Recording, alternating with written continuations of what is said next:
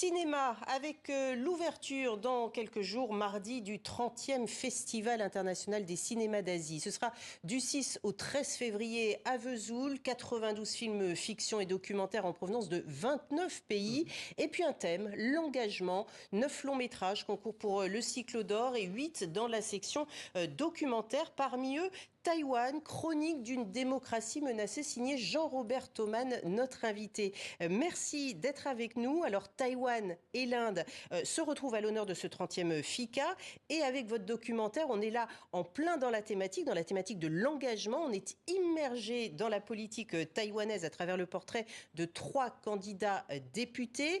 On est là en élection locale et référendaire. On est en 2022 et on voit la pleine démocratie qui se met en place.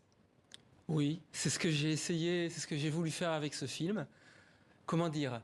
Je ne sais pas si vous vous souvenez, à peu près dans les années qui se sont écoulées, récemment, on a vu des titres assez alarmants. Taïwan, la prochaine guerre mondiale, la Chine va attaquer, etc. Pour moi qui connais Taïwan depuis fort longtemps, puis j'y suis allé pour la première fois en 96. En 96, c'était la première élection démocratique à Taïwan, la première élection présidentielle au suffrage universel. Et moi, j'ai vu une île qui s'est démocratisée, qui a des institutions démocratiques. Et j'ai voulu faire ce film pour tenter de capter ce qu'est la démocratie au jour le jour, tant qu'elle est encore là, je vais dire. Et on l'a vu encore en plein exercice dans les dernières élections présidentielles, notamment du 13 janvier. Là encore, la pleine démocratie s'est mise en place avec une victoire du Parti populaire taïwanais et puis le Kuomintang qui a remporté le Parlement. Donc on le voit, la démocratie. On va voir un extrait tout de suite de votre documentaire. On se retrouve juste après.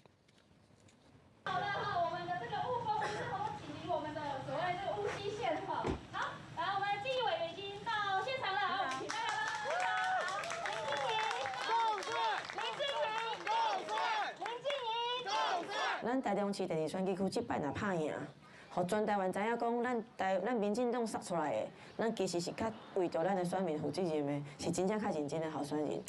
Voilà donc un extrait, Jean-Robert Thoman, de votre film Taïwan, chronique d'une démocratie menacée, de votre documentaire, devrais-je dire. Est-ce que vous, qui avez vécu de nombreuses années sur place à Taïwan, vous avez l'impression que la question chinoise fait partie ou a fait partie ou fait toujours partie du quotidien de la population taïwanaise? Oui et non. C'est-à-dire qu'en fait, la population taïwanaise vit à Taïwan.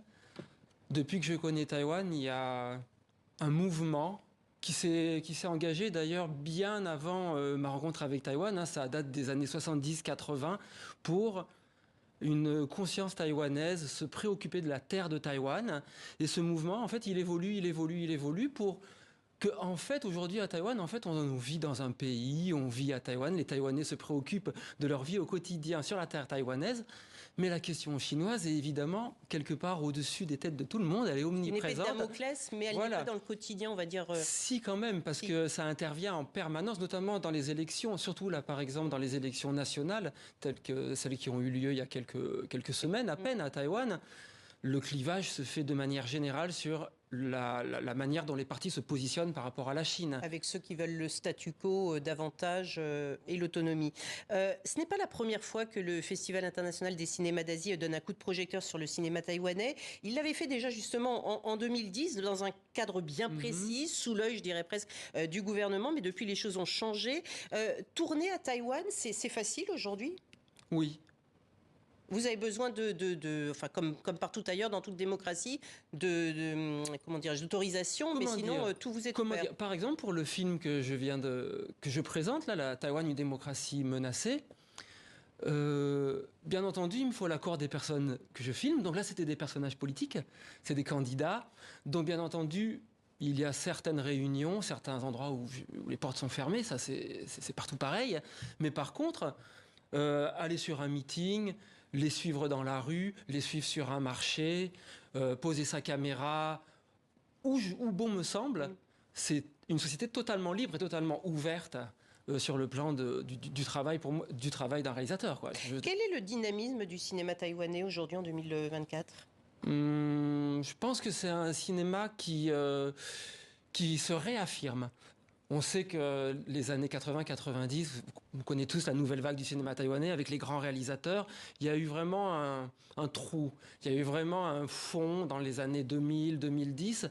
Et petit à petit, ça remonte, et je pense que là, au festival, cette année, il y a de beaux films taïwanais qui sont présentés, et j'attends beaucoup de films à venir, d'amis réalisateurs taïwanais. Je pense que le cinéma taïwanais se réaffirme et sera de plus en plus vivant. Sachant que vous présentez au FICA La saveur du gingembre également, un autre film documentaire que vous avez tourné. Une fiction. Fiction cette fois-ci. Merci beaucoup Jean-Robert Thoman d'avoir été avec nous donc pour ce festival du cinéma international des cinémas d'Asie du 6 au 13 février à Vesoul, avec d'ailleurs Mohsen Makhmalbaf, président du jury. Merci beaucoup d'avoir été avec nous.